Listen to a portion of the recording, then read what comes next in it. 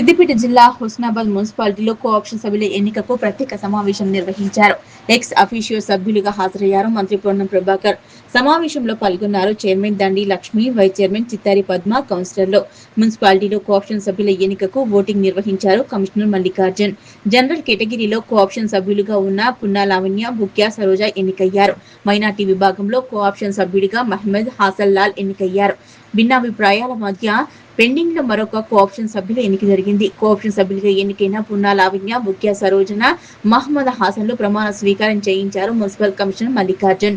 Cooption సభ్యులుగా ఎన్నికైన పున్నా లావణ్య, బుక్యా సరోజన, మహమ్మద్ హాసన్ల అభినందించి సత్కరించారు మంత్రి పొన్నం ప్రభాకర్. ఈ సందర్భంగా మంత్రి పొన్నం ప్రభాకర్ మాట్లాడుతూ నూతనంగా కోఆప్షన్ ఎన్నిక చేసుకోవడం జరిగిందని, ఒకటి ఖాళీగా ఉందని, భిన్నాభిప్రాయాలు ఉన్నాయి కాబట్టి ఏకాభిప్రాయం కోసం చూస్తున్నామన్నారు. కొత్తగా ఎన్నికైన కోఆప్షన్ సభ్యుల హుస్నాబాద్ అభివృద్ధిలో భాగస్వామ్యం కావాలన్నారు. నియోజకవర్గాన్ని రాజకీయాలకు అతీతంగా ముందుకు తీసుకుపోతామన్నారు. 20 మంది కౌన్సిలర్ సభ్యులకు ధన్యవాదాలు తెలిపారు. మున్సిపాలిటీలో ఉన్న అన్ని వార్డులలో ఇంద్రమయిల నిర్మాణాలను త్వరగా పూర్తయ్యేలా చూడాలన్నారు.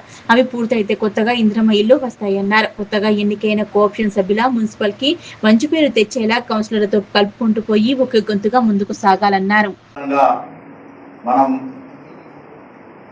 మరి మున్సిపల్ లోపల ఇవాళ కోఆప్షన్ ఎన్నుకోవడం జరిగింది. ఒక ఖాళీ ఉంది, దానికి సంబంధించి కొంత భిన్నాభిప్రాయాలప్పుడు ఏకాభిప్రాయం తేవడానికి కొంత సమయం తీసుకొని అందరినీ కూర్చోబెట్టి, ఎందుకంటే మున్సిపల్లో వేరే ఇప్పుడు విపక్షంగా నలుగురు ఉన్నా అందరం కూడా కలిపి హుస్నాబాద్ అభివృద్ధికి సంబంధించి ఒక ఆలోచనతో పోవాలన్నప్పుడు కొంత భిన్నాభిప్రాయం ఉన్నప్పుడు దానిలో ఏకాభిప్రాయం కొరకు ప్రయత్నం జరుగుతోంది.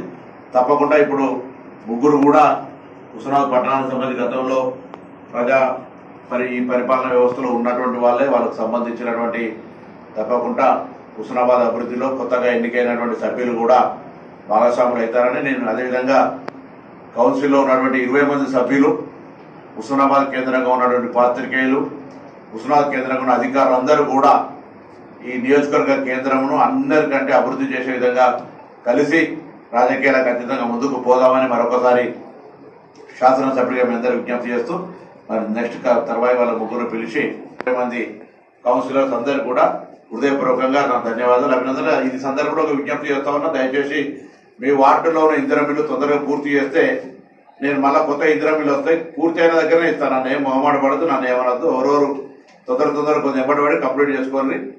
వాళ్ళు ఆ ఇందిరమిల్లు కట్టేటోళ్లకు ఎంబడి తిరిగితే కొత్త ఇల్లు శాంక్షన్ వస్తాయి. మళ్ళీ పేదోళ్లకు అర్హత కలిగిన వాళ్ళకి ఇస్తాము. అవి కట్టకపోతే నన్ను మీరు మీ వాడలో ఇల్లు శాంక్షన్ అడగడానికి ఇబ్బంది అవుతాను.